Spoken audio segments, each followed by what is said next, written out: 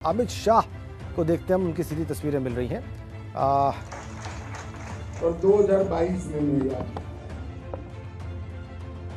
मैं फिर से एक बार कहने आया कि 5 साल में बहुत कुछ किया है।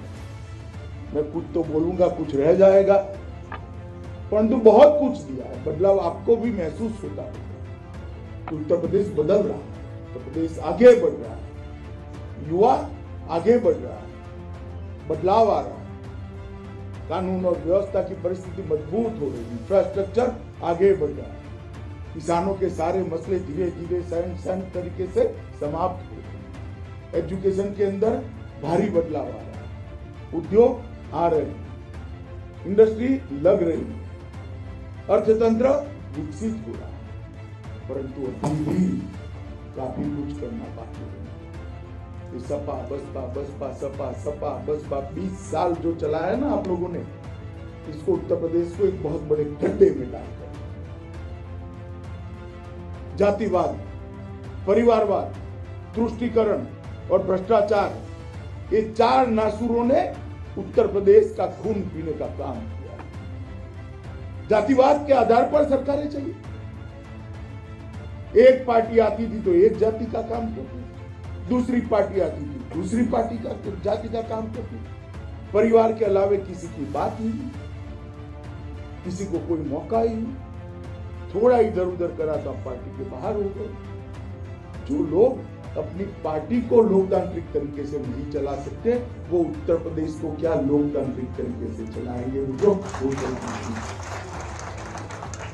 तुष्टीकरण चरम सीमा पर था।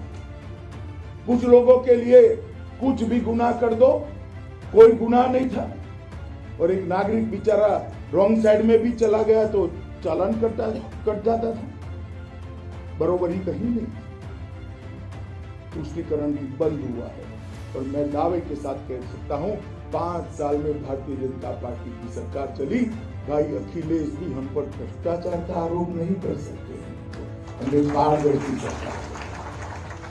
7.5 साल मोदी जी की सरकार चली। राहुल बाबा कितने भी रिस्पॉन्सिबल स्टेटमेंट करते हो, मगर भ्रष्टाचार का आरोप नहीं कर सकते, क्योंकि वो भी जानते हैं कि पारदर्शी तरीके से ये परिवर्तन जो आया है उत्तर प्रदेश में, वो परिवर्तन को आगे ले जाने के लिए चुनाव। आज आप सारों को बुलाया यहां पर, आपका काम आपका वोट देना नहीं, आपका काम आपके परिवार का वोट भाजपा को डलवाना नहीं है। आपका काम समाज का मार्गदर्शन कर पूरे समाज को साथ में लेकर प्रचंड बहुमत के साथ भारतीय जनता पार्टी को,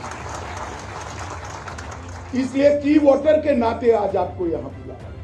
चाहे आप किसान हो, चाहे उद्योजक हो, चाहे प्रोफेशनल डॉक्टर हो, वकील हो, चाहे किसी जाति के प्रधान हो, चाहे गांव के प्रधान, आप सभी का दायित्व है कि लोकतंत्र के महोत्सव के अंदर उत्तर प्रदेश की जनता किस ओर जाए वो तय करना। ये चुनाव कोई विधायक, कोई मंत्री, कोई मुख्यमंत्री तय करने का नहीं है।